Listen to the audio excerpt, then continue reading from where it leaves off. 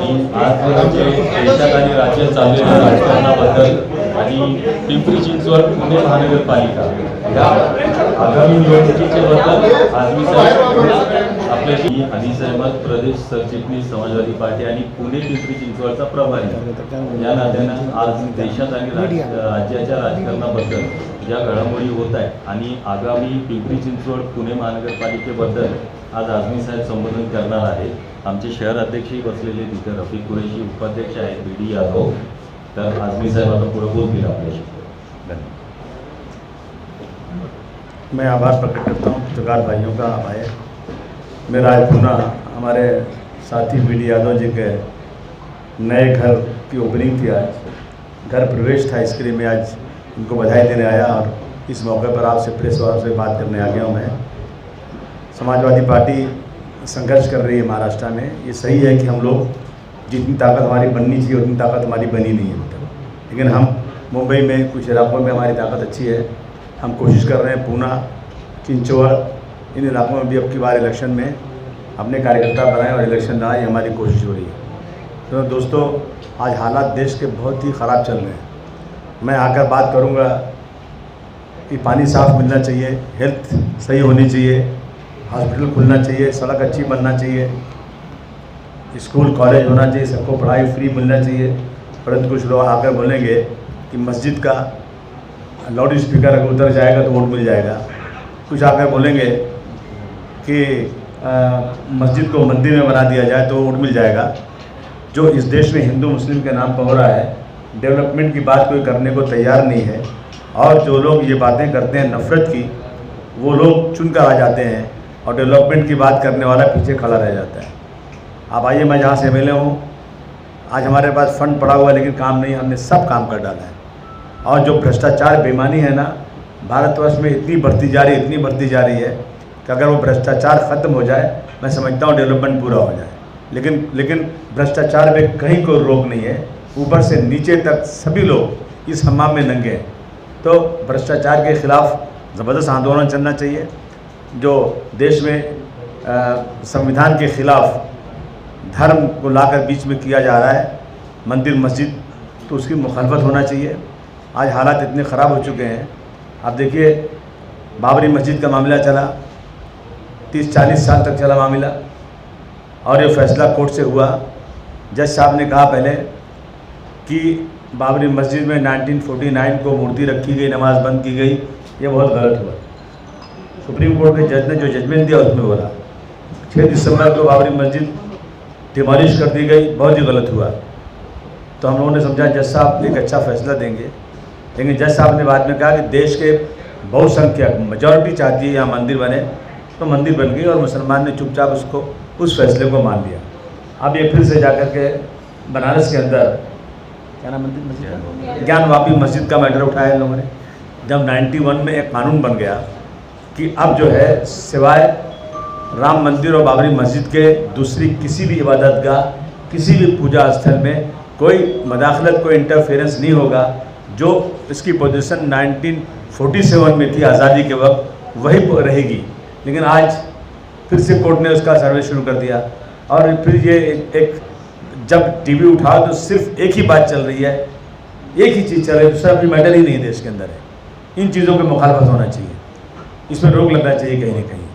आज हमें अभी राहुल गांधी ने कहीं फॉरेन में जाकर ये कहा कि देश में सिर्फ बिल्कुल मतलब घासलेट डाल दिया गया, सिर्फ तीरी डालने की ज़रूरत है, देश जरूर देगा। और मैं इस बात को मानता हूँ कि आज जो है, जो पूरी दुनिया के ऑल वर्ल्ड पूरी दुनिया के जो जेनोसाइड के प्रेसिडेंट हैं, उनका कहना है कि भारतवर्ष जेनोसाइड की तरफ बढ़ रहा है। और हमने जिन जिन मुल्कों में जेनोसाइड हुआ है, हमने पहले आगाह किया था, उनको बताया था कि साहब ये जेनोसाइड तरफ बढ़ रहा है और वहाँ नरसंहार होगा, कत्लेआम होगा लोगों का, और हुआ, सच हुआ। और भारतवर्ष में भी ये होगा। हमने प्रधानमंत्री तक को खबर दे दिया है, परंतु उस पर कहीं कोई कार्रवाई नहीं हो रही। हमें डर है इस बात का कि जब ये चीज़ें बढ़ेंगी देश में, तो फिर जैसा जेनोसाइड के प्रेसिडेंट कह रहे हैं वैसा देश में नरसंहार होगा। तो कहते हैं ना, जलेंगे हम तो जल जाएगा सारा गुलसिता माली, समझ मत सहने गुलशन में मेरा ही आशियाना है। घर सबका है, आग नहीं जानती किसका कौन सा घर है। तो इसलिए सब लोगों को ऐसी चीज़ों की मुखालफत करना चाहिए जो देश के अंदर एक दूसरे के खिलाफ हो रही है। मैं सबसे पहले इस देश के वो लोग बहुसंख्यक को कहना चाहता हूँ, उनको कहना चाहता हूँ जिनका रिजर्वेशन है। हमारा तो रिजर्वेशन ही नहीं है, लेकिन हमें दलित भाइयों को रिजर्वेशन ख़त्म किया जा रहा है, माइनॉरिटी मुसलमानों के लिए सेकुलरिज्म ख़त्म किया जा रहा है। दो चीज़ देश में चल रही है। मैं कहना चाहता हूँ कि आज सारी कंपनियाँ बिक रही हैं, रेलवे बिक गया, एयरपोर्ट बिक गया, स्टेशन बिक रहा है, एयर इंडिया बिक गया। तो अब उसमें जो नौकरियां निकलेंगी नहीं, उसमें कोई भी रिजर्वेशन नहीं होगा। ये बैक डोर से, दूसरे डोर से हमारे उन भाइयों का जो उपेक्षित है, जो वंचित है, उनके रिजर्वेशन को ख़त्म करने की पूरी कोशिश हो रही है। और लाखों लोग इस देश को छोड़ के जा रहे हैं, भाग रहे हैं, देश की हालत ख़राब हो रही है। इसलिए मैं जगाना चाहता हूँ लोगों को, जो लोग भारतवर्ष के संविधान पर विश्वास रखते हैं। डॉक्टर भीमराव अम्बेडकर के संविधान ने देश में रहने वाले तमाम लोगों को एक तरह का हक दिया हुआ है, परंतु उस संविधान की धज्जियाँ उड़ाई जा रही हैं। और मुझे डर है इस बात का कि 2024 में दिल्ली में पार्लियामेंट नया बन रहा है, राष्ट्रपति भवन नया बन रहा है, प्राइम मिनिस्टर हाउस नया बन रहा है, पूरा डिमोलिश हो रहा है। तकरीबन 50,000 करोड़ के खर्चे से सब नई इमारत बन रही है। जब देश में दवाएं नहीं मिल रही हैं, यूपी में लाशें जो है जलाने के लिए लकड़ियां नहीं थी शमशान में, अस्पतालों में गैस नहीं थी, एम्बुलेंस नहीं मिल रही है, दवाएं नहीं, ऐसे में 50,000 करोड़ रुपया लगा करके अस्पताल बना, जो बिल्डिंग नहीं बनाना। मैं समझता हूँ कि ये जो सरकार दिल्ली में है वो एक नया संविधान लिखना चाहती है, नई इमारत बना करके। वो लोग जो इस देश में भारतवर्ष की अंग्रेज़ों की लड़ाई में जो लोग अंग्रेज़ों को तलवे चाटते थे, उनको वफादार कहा जाएगा, और जो लोग इस देश के अंदर वफादार ही थे उनको गद्दार कहा जाएगा। ये हिस्ट्री नहीं लिखी जा रही है। पर मुझे खुशी है कि इस देश के हिंदू भाई, बहुत सारे हिंदू भाई जो बिल्कुल सच्चाई को मानते हैं, और इन लोगों के खिलाफ हैं जो लोग आज धर्म के खिलाफ में लड़ाई लड़ रहे हैं। इसलिए हम सबको मिलकर लड़ना चाहिए। जहाँ तक महाराष्ट्र का सवाल है, मैं देख रहा हूँ कि यहाँ हम उस दिन उद्धव जी का भाषण सुन रहे थे, हालांकि हम तो सपोर्ट कर रहे हैं उनको, लेकिन ये कोशिश हो रही है कि बड़ा हिंदुत्ववादी कौन है, कौन सबसे बड़ा। वो बता रहे हैं अरे ये क्या बीजेपी की हिंदुत्ववादी, क्या हम जो है हिंदुओं के हिंदुत्ववादी हम हैं, हम हिंदुओं का रखवाले हैं, हम इस देश को हिंदू राष्ट्र बनाना चाहते हैं। हम नहीं तो है, बाबरी मस्जिद पे हमारे शिव सैनिक चढ़े थे और मराठी बोल रहे थे, शिव सैनिकों ने बाबरी मस्जिद को तोड़ा, और उधर वो कह रहे हैं हमने तोड़ा। ये एक होड़ लगी हुई है देश में मेजॉरिटी के वोटों के लिए, और माइनॉरिटी को बिल्कुल से उनको जो है ना नज़रअंदाज कर दिया गया है। आज जो पार्टियां हैं, जो सेकुलर पार्टियां हैं, मुझे अफसोस साथ कहना पड़ता है कि सेकुलर पार्टियां भी आज मुसलमानों को अपने बगल में खड़ा करने को तैयार नहीं है। कि अगर मुसलमान कोई खड़ा हो गया, कोई दाढ़ी कुर्ता पहने खड़ा हो गया, तो मेरा जो मेजॉरिटी का वोट है मुझसे कट जाएगा।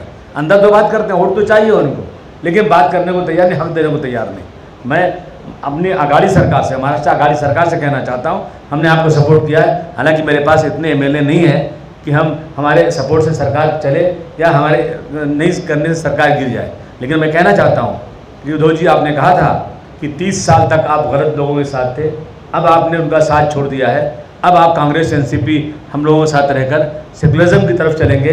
तो आपसे मैं पूछना चाहता हूँ कि आप सबसे बड़े हिंदुत्ववादी बन करके बीजेपी से मुकाबला क्यों कर रहे हो? आप सेकुलरिज्म के प्रचार क्यों नहीं कर रहे हो? और आपकी सरकार आई, आपने आज तक माइनॉरिटी की जो हज कमेटी होती है नहीं बनाया आपने आज तक हज कमेटी का कोई चेयरमैन ही नहीं है। मैं पूछूं, उर्दू इसी देश की भाषा है। जब गांधी जी की हत्या हुई थी, तो गांधी जी की हत्या का पूरा जो FIR है उर्दू में लिखा गया था, इसी देश की, यहीं पैदा हुई है। लेकिन उस उर्दू अकेडमी को आपने आज तक बनाया नहीं, उसका चेयरमैन नहीं बनाया आपने। यहाँ पर मौलाना आज़ाद फाइनेंस कॉरपोरेशन है, जिससे मुसलमानों को, माइनॉरिटी को कुछ पैसे मिल जाते हैं छोटे मोटे धंधे करने के लिए, कारोबार करने के लिए। आपने बिल्कुल बंद कर दिया, आज तक नहीं बनाया आपने। एक माइनॉरिटी कमीशन है, जिसको मिनिस्ट्री का दर्जा है, कहीं कुछ हो जाए तो वो जाके बात कर सकते थे, एक सहारा था, आपने आज तक उसको नहीं बनाया। तो इन चीज़ों को नज़रअंदाज किया जा रहा है, और ये जो है मैं समझता हूँ सही नहीं है। 5% मुसलमानों को रिजर्वेशन के लिए कांग्रेस और NCP दोनों ने पास किया था कि हम 5% मुसलमानों को रिजर्वेशन देना चाहते हैं, और असेंबली में लाए उन्होंने। कुछ लोग कोर्ट में चले गए, हाई कोर्ट ने कहा उनको मिलना चाहिए, दे दो। 5 साल तक, जब उसके बाद बीजेपी की सरकार आई तो रिजर्वेशन तो उन्होंने दिया नहीं, वो कहाँ देने वाले हैं। और कांग्रेस और एनसीपी दोनों हाउस के फ्लोर पर हर सेशन के अंदर बीजेपी से मांग करती रही कि जो है 5% मुसलमानों को और 16% मराठों को रिजर्वेशन मिलना चाहिए। अभी पिछले सेशन में हमारे मंत्री जो है अल्पसंख्यक, जब मैंने एक सवाल से पूछा उनसे, मेरा सवाल था असेंबली में, तो उन्होंने जवाब दिया कि हम रिजर्वेशन दे ही नहीं सकते, क्योंकि जब तक पार्लियामेंट में कोई नया अमेंडमेंट ना आ जाए और कोटा रिजर्वेशन का बढ़ नहीं जाए, उस वक्त ना तो मराठा को रिजर्वेशन मिलेगा ना तो मुसलमानों को मिलेगा। तो आपने फिर क्यों लाया इसको? आप बेवकूफ़ बनाते हैं। ये सारी चीज़ें हैं, सिर्फ वोट लेने के लिए हमें इस्तेमाल किया जा रहा है और इंसाफ नहीं मिल रहा है। महाराष्ट्र देश की हालत ख़राब होती जा रही है, हमें डर है इस बात का।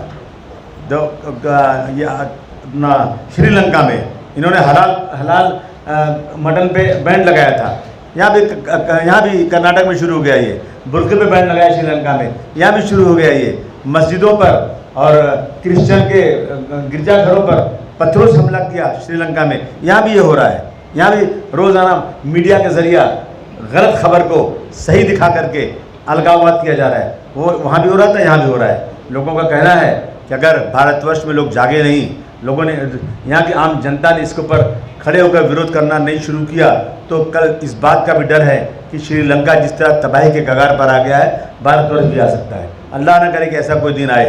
इसलिए हम सबको भारतवर्ष के संविधान को लागू करने के लिए पूरी कोशिश करना चाहिए। धन्यवाद। सर अभी आपने कहा कि देश का माहौल जो है बहुत बदल रहा है, खराब हो रहा है, लेकिन जिस तरह से औरंगजेब की कब्र पे जाके फूल चढ़ाए, इससे भी जानबूझ के एक दूसरे को टकराने की कोशिश की जा रही है, ऐसे आपको लगता है? नहीं, बिल्कुल लगता है। ऐसा है ना कि एक स्क्रिप्ट लिखी जा रही है, कुछ लोग उसी स्क्रिप्ट पे काम कर रहे हैं कि आप जो है कुछ करो ताकि हमें उसके बाद बोलने का कुछ मौका मिले। इन चीज़ों को अवॉइड करना चाहिए। ऐसे समय में हम लोगों को बहुत ज़ोर से, अभी कोई मुझे कहे कि हम जो है ज्ञानवापी मस्जिद में जा रहे हैं, तो मैं कह दूँगा तुम्हारे बाप की ताकत नहीं ले लोगे, तो मालूम इससे पोलराइजेशन शुरू हो जाएगा।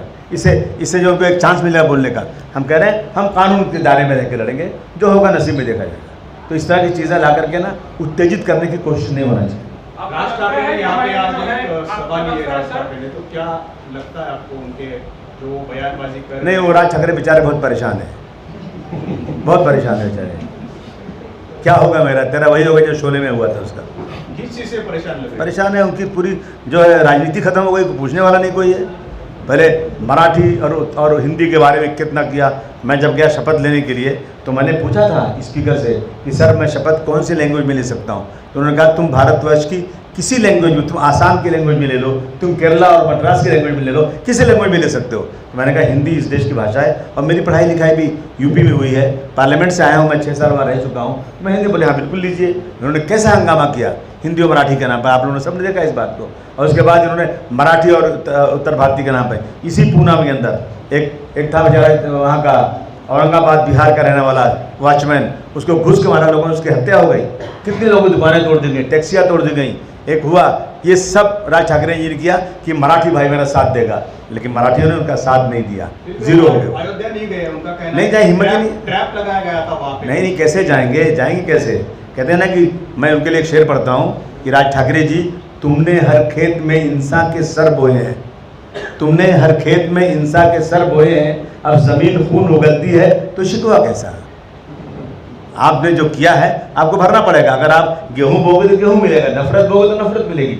आपने उत्तर भारतीयों को गंदा बोला और आप उसी राम भगवान के दर्शन के लिए जा रहे हो, जहाँ जिस उत्तर प्रदेश में राम भगवान की पैदाइश हुई थी, जहाँ कृष्ण भगवान की पैदाइश हुई थी, जहाँ गंगा बहती है, आपको तो उन उत्तर भारतीयों का सम्मान करना चाहिए। हम लोगों को कहा जाता है कि सऊदी अरब हमारी मददगार है, सऊदी अरब के लोगों को बुरा मत कहो, क्योंकि वहाँ हुजूर सल्लल्लाहु अलैहि वसल्लम पैदा हुए। इसलिए हम वहाँ के लोग कुछ गलत काम करें ना तो भी हमको ऑर्डर मत उनको बुरा बोलो, क्योंकि वहाँ वो सरजमीन पाक सरजमीन है। इसी तरह से हमारे हिंदू भाइयों के लिए उत्तर प्रदेश की सरजमीन पाक ज़मीन है। वहाँ के लोगों को तुम मारोगे, उनको बेइज्जत करोगे, अपमानित करोगे।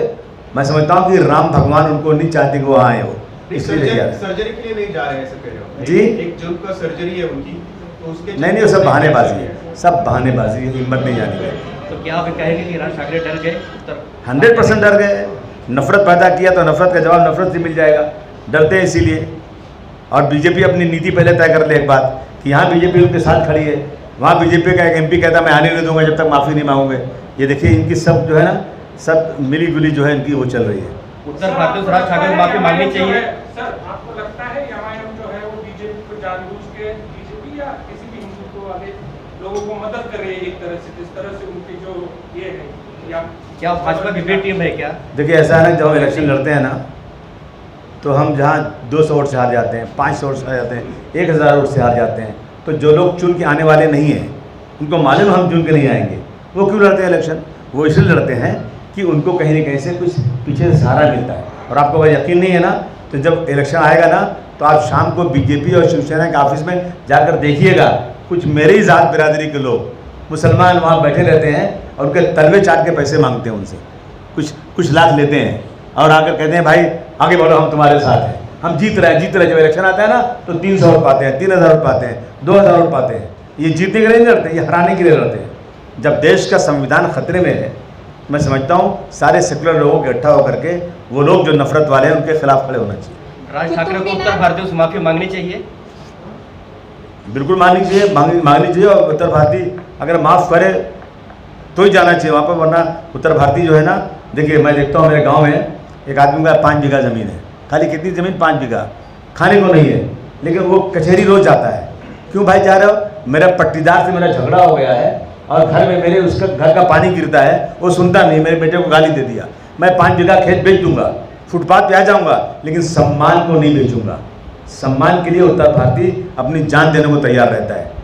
तो ये बात राज ठाकरे जी को सोचना चाहिए। कुतुब मीनार, ज्ञानवापी मस्जिद, महंगाई और आपकी जो इलेक्शन है, इन तीनों को आप किस तरह से देखते हैं? और ज्ञानवापी मस्जिद के लिए और कुतुब मीनार के लिए आप उसके हक में क्या कर रहे हैं? मैं कह रहा हूँ कि 1947 के पहले कुतुब मीनार किसने बनाया, क्या किया, क्या हुआ? ज्ञानवापी मस्जिद किसने बनाया, ताजमहल किसने बनाया?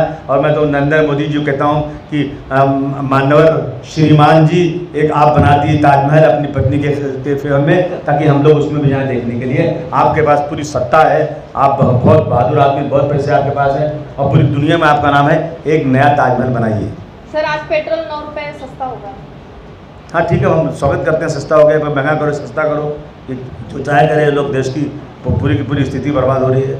आपके सरकार ने टैक्स कम करना चाहिए, लग रहा है आपको कुछ ऐसा? हाँ करना चाहिए, बिल्कुल महाविकास आघाड़ी कुछ मांग कर रहे हैं? नहीं, करना चाहिए, कम करना चाहिए। महंगाई बढ़ती जा रही है, जितनी महाविकास आघाड़ी को जरूर कम से कम गरीबों को देखते हुए टैक्स कम करना चाहिए। राज ठाकरे भड़काऊ भाषण कर रहे हैं, लेकिन उसको महाविकास आघाड़ी अटक नहीं कर रही है, क्या कारण है? डर रही है क्या उनसे? हाँ बिल्कुल, डर इसलिए रही है कि कहीं मेरा वोट बैंक चला ना जाए। जो राज ठाकरे जी मुद्दा उठा रहे हैं वही मुद्दा इनका भी है, तो इसमें कौन आगे चला जाएगा? कहीं मैंने कुछ कर दिया तो मेरे लोग वो नहीं हो जाए। मैं राज ठाकरे जी से कहना चाहता हूँ कि सियासत हो, अदब हो या कारखाने हो, जो बाहर से आए हैं उन्हीं का नाम रोशन है। छुड़ाना चाहते थे जिसको तुम मुंबई से, तुम उन्हीं परदेशियों से मार के मुंबई का नाम रोशन है।